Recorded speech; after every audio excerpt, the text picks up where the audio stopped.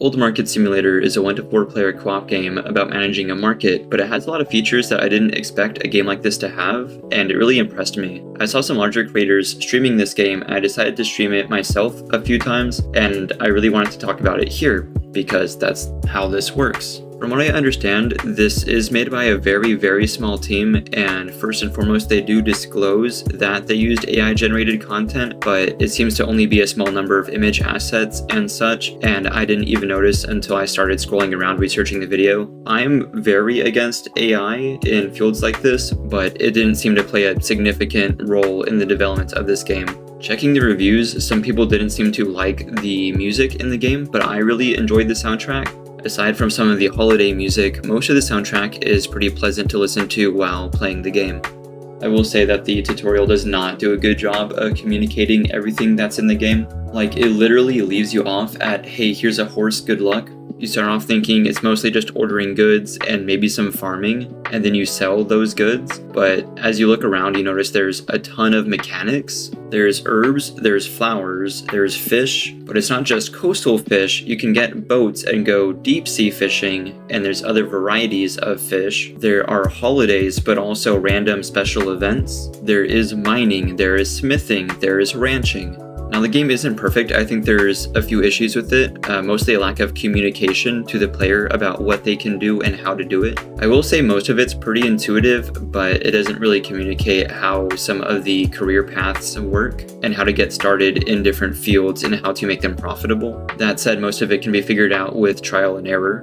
The elephant in the room is the environment, the setting. I can't really get a good read on it. Right now there are 2 maps, and I've mostly played on one, and that's the tropical island, which starts you off in the winter, and given the other assets and features of the game, it gives kind of a Norse vibe, but as you look around and progress, it becomes more and more tropical as spring rolls in. It's sort of this weird amalgamation of Old Market. Like, it's very true to the name. It's really strange. I find it endearing, but I understand how some players might get kind of thrown off by the setting. In fact, speaking of AI and the setting of the game separately, one of the points I made during stream was that I think the game would benefit from having more of its own art style established and more consistency around its own features. Like, the water is gorgeous. I love the ocean and like the water in this game, but I've seen these types of assets before in other games, especially like to do with the geometry of the NPCs and whatnot.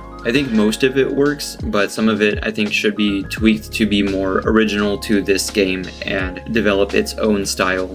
Though I do understand visual changes might be hard to implement in a game that's already established. I don't mean to make it sound like a negative though. I am here to talk about how much I enjoyed this game and how much I do recommend it. Like I said, I saw some larger creators streaming it, and I went and found it on Steam, and it's like $10. I'm not usually a fan of simulator type games, but I did really enjoy Stardew Valley and a few of these sim games, and I decided to give it a try. A lot of these types of games have you sort of sitting in a shop and only going to the same few places and stocking things up and micromanaging things there, and that's not the part I enjoy very much. Whereas I think Stardew is a great example of giving players a lot of things they can go choose to do, and they have to work within a time frame to go accomplish those things. But also games like Schedule 1 are really popular, and a feature of that game is that you have sort of infinite time once night falls to go do all the extraneous tasks that the player had planned. And this game seems to have the same feature. So in some ways, I prefer some of the features of this game to Stardew, which is another one of my beloved titles. I think that game obviously has more polish, but this one's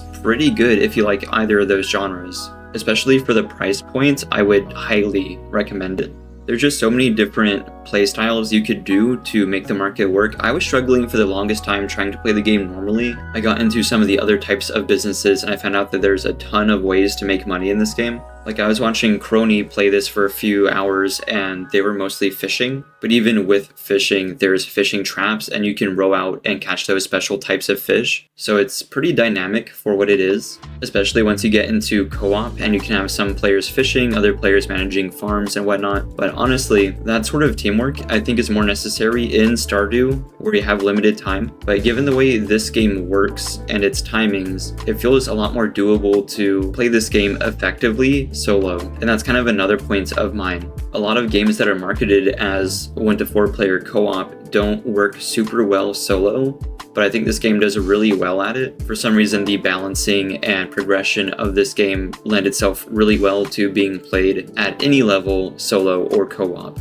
I just checked my hours on Steam and I have about 18 hours, and I've been streaming this game for about 17 of those. And if that's all I ever played, I'd still say it was worth the buy. I think it really depends what genres you enjoy. Like, this isn't Call of Duty or anything, but if you enjoy anything even adjacent to Stardew Valley or any one of these other simulator games that have been popping up, I'd say you have a pretty good chance of enjoying this one. I do think it is a fair bit better than other similar simulator games. Like, you are not just grinding the same stuff all the time. I think at some point it might become a bit redundant, but the game does offer a lot of ways to scale up what you're doing. You can buy more and more sections to your farm, to your market. You can also buy employees, etc. Again, it just depends what you're after. I think it did make me a bit nostalgic being able to find a game I thought was cool, buy it, download it, and just start playing it all pretty quickly. Like, you're not going to be doing that with a lot of these AAA titles. I just thought it'd be cool to start spotlighting some of these more interesting indie games. I know there's a ton of popular indie games out right now that are getting a ton of attention, but I think it's cool to just go through Steam and see what's there. It's always good to support the development of smaller projects like this in the community, and this one really did catch my eye, so yeah, I wanted to recommend it. That's about it.